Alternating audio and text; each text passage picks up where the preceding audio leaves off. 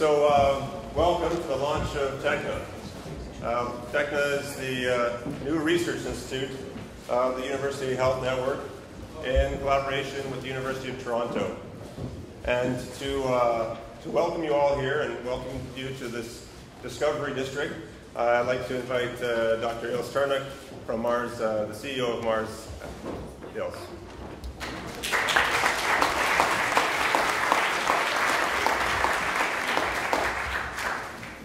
Thank you very much, David. I'm really pleased to be here today to just welcome the Techna team to their own familiar neighborhood, but more officially to what I think is really quite a remarkable community of players of all different stripes and characteristics that have over the last 10 plus years really made a shared commitment to get our best ideas and our important discoveries, not just to patients, but to get them to the market. And in this neighborhood, there are these building blocks that have been falling in place, all the way from intellectual property development to growing young companies. We're still working on venture capital. I'm extremely encouraged by the business talent that is beginning to aggregate in this community. And this is just one more step. And I think what is so important about this step is that it has a focus on a particular sector that we have great strengths in and where there is a very significant opportunity for this district to make a difference. And we look forward to having Techna as a resource for other researchers in the community, certainly for our young entrepreneurs that are looking for dedicated and focused expertise in this space, for our young companies that's looking to strengthen their pipelines, and for strategic partners, and many of you are here in the room today, that are looking to partner with Toronto in a different way. So congratulations to everybody. I know this has been a big gestation period and a lot of hard work, and we're just delighted. And thank you very much for having me.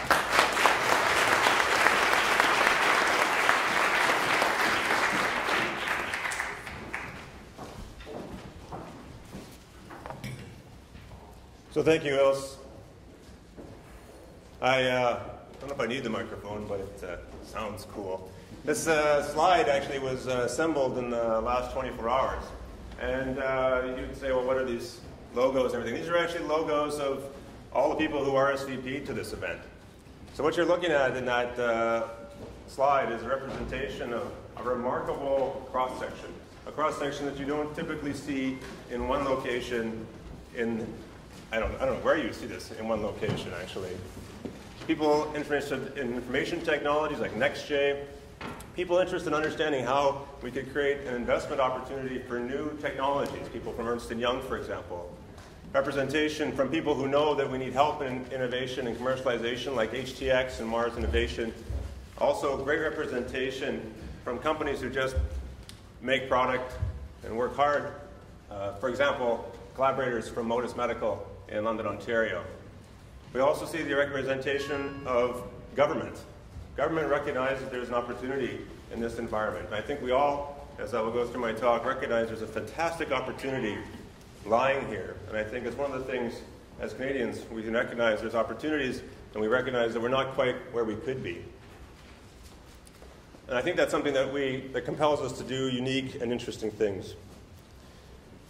I would suggest that we all have valid expectations on the healthcare we receive, the healthcare system, and its costs. And these expectations are climbing. The expectations include patient-specific, customized therapy, the use of the most detailed information for the individual patient to personalize the intervention, the personalized cancer medicine agenda, as many of you have heard of. We also have an expectation of very high-performance, minimally invasive interventions. Like, why do we have to put that big cut? Why can't we go through those small holes? And it's been demonstrated it's possible. This is an expectation. It brings success in terms of control and minimizes toxicity. We also have very little tolerance to errors. I mean, we have this expectation the system works perfectly. We want efficiency. We don't want to wait in line. These are just expectations that we all have. Customer satisfaction, patient-centered care are elements of this. Accountability, access, metric reporting. Access. management of the personal and family health record is an element of the medical health system we would expect just makes sense. I mean, we can check our bank accounts. Why can't we understand and access our health records? And also, we have to be rapid in our evaluation and adoption of novel methods, continuous learning and adaptation. And you may be wondering why I'm telling you about expectation. I think we also have an expectation that some of this, or a substantial component of this, has to do with our ability to wield technology.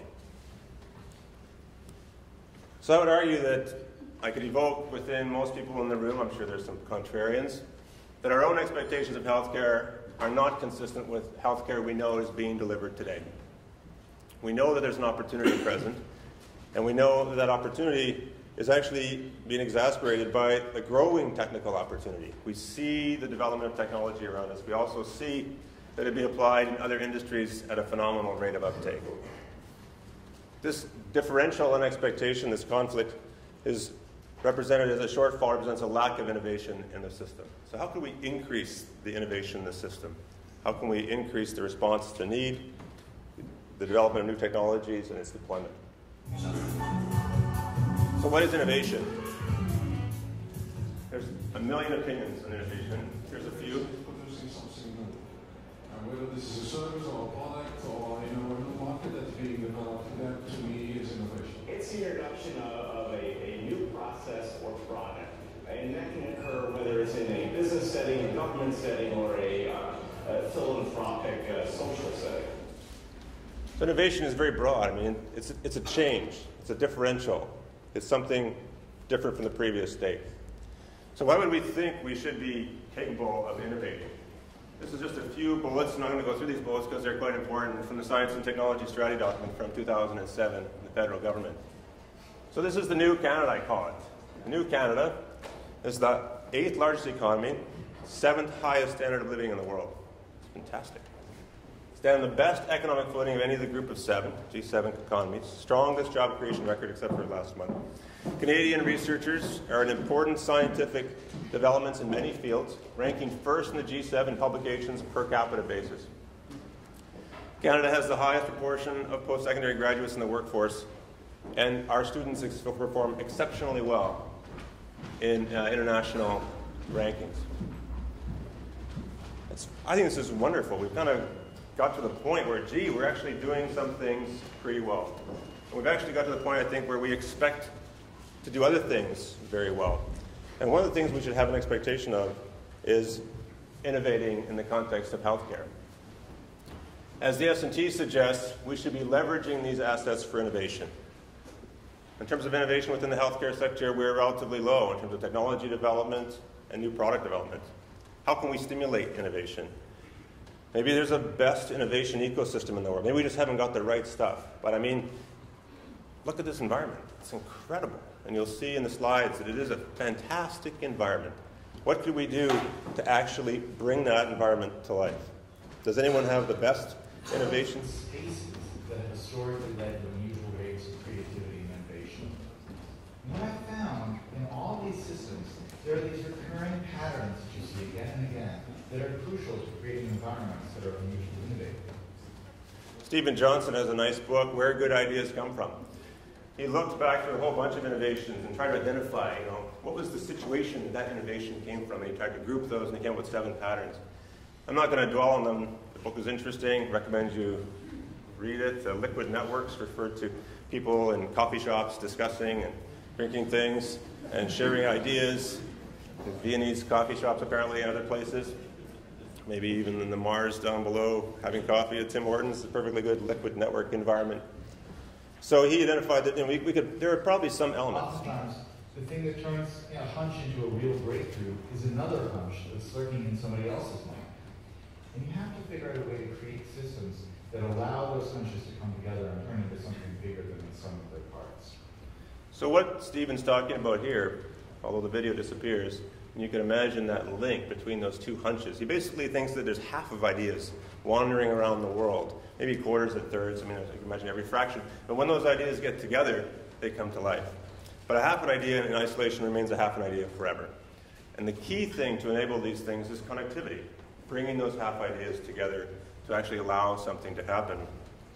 And he brings forward this in the academic model, where we're moving to a much more free flow of information. We're seeing it in terms of new technologies enabling that. It's important to remember that the great driver of scientific innovation and technological innovation has been the historic increase in connectivity and our ability to reach out and exchange ideas with other people, and to borrow other people's hunches and combine them with our hunches and turn them into something new. That really has, I think, been, more than anything else, the primary engine of creativity and innovation of the last 600 or 700 years. So it's very interesting. If you think about this, I couldn't draw it that fast, so I asked Stephen to do that for me. I was going to try this, and then I didn't. Anyway, if you think what he's talking about connectivity. I mean, connectivity is an incredibly interesting thing. One, first of all, it's changing rapidly right now. Connectivity is moving very quickly. And I would suggest he's not just talking about connectivity in terms of mobile phone communication. We can think of connectivity between layers in the system. How connected is our research enterprise to our clinical enterprise? How connected are those? How connected is our payment system to how we manage a patient and we minimize time in the hospital? How connected are those? And we have an opportunity in this environment to connect those better. And if we can connect those, then I think we could leverage what Stephen says regarding fractions of ideas. Connectivity is the key to innovation, is what Johnson says. The world is undergoing a massive transformation in connectivity right now.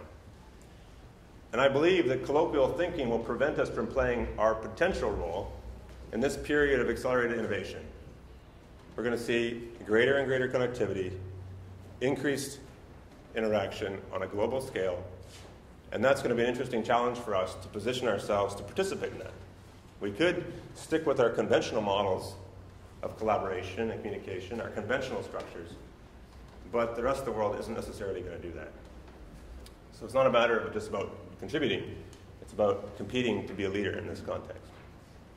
Can we facilitate connectivity to accelerate innovation in medicine?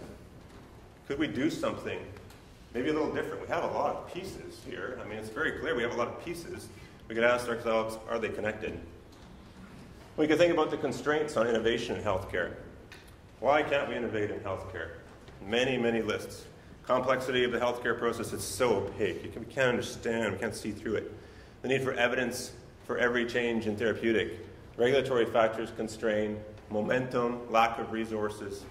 Skills development, human resources. People can't learn it fast enough. Safety and maintaining quality is a very interesting one.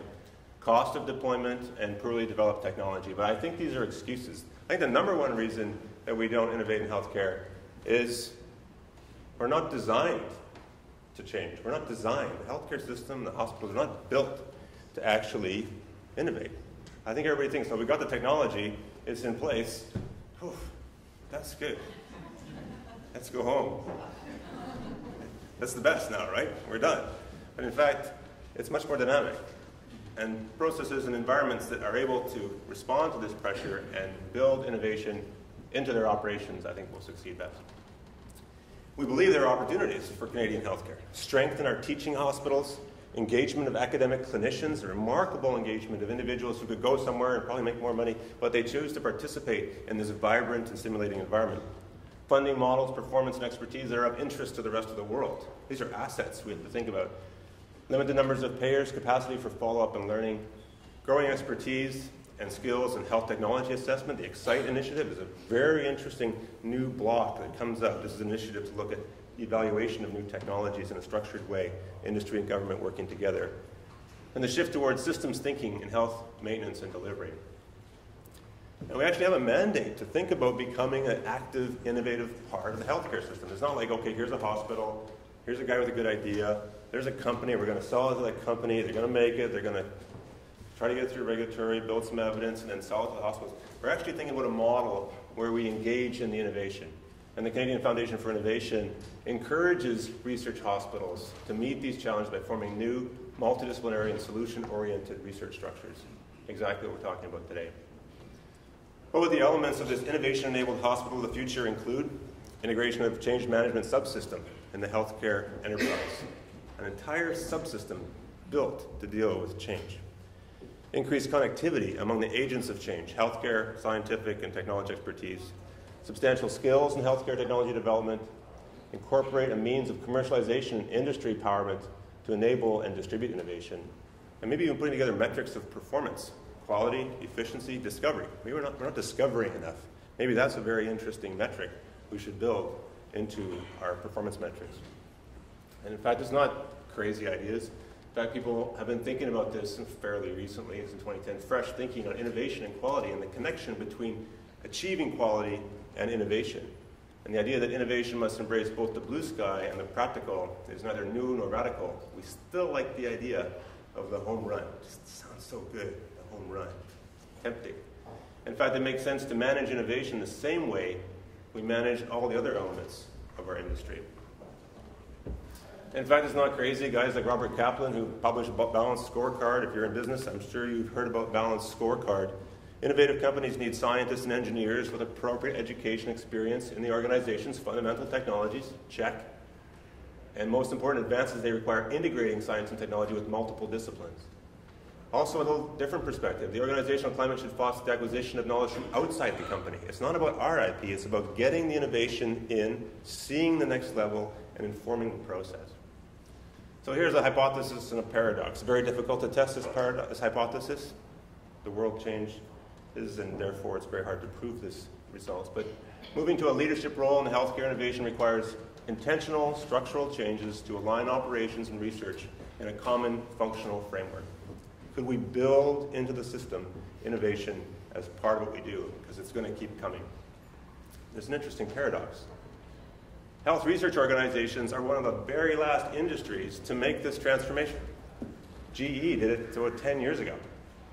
Blew up their GRC activities in Schenectady, forced it to work back in terms of links back to the business units. Health research organizations are one of the last industries to make this transformation. Yet, paradoxically, most health-related research institutes began with innovative clinicians. With that, I'd like to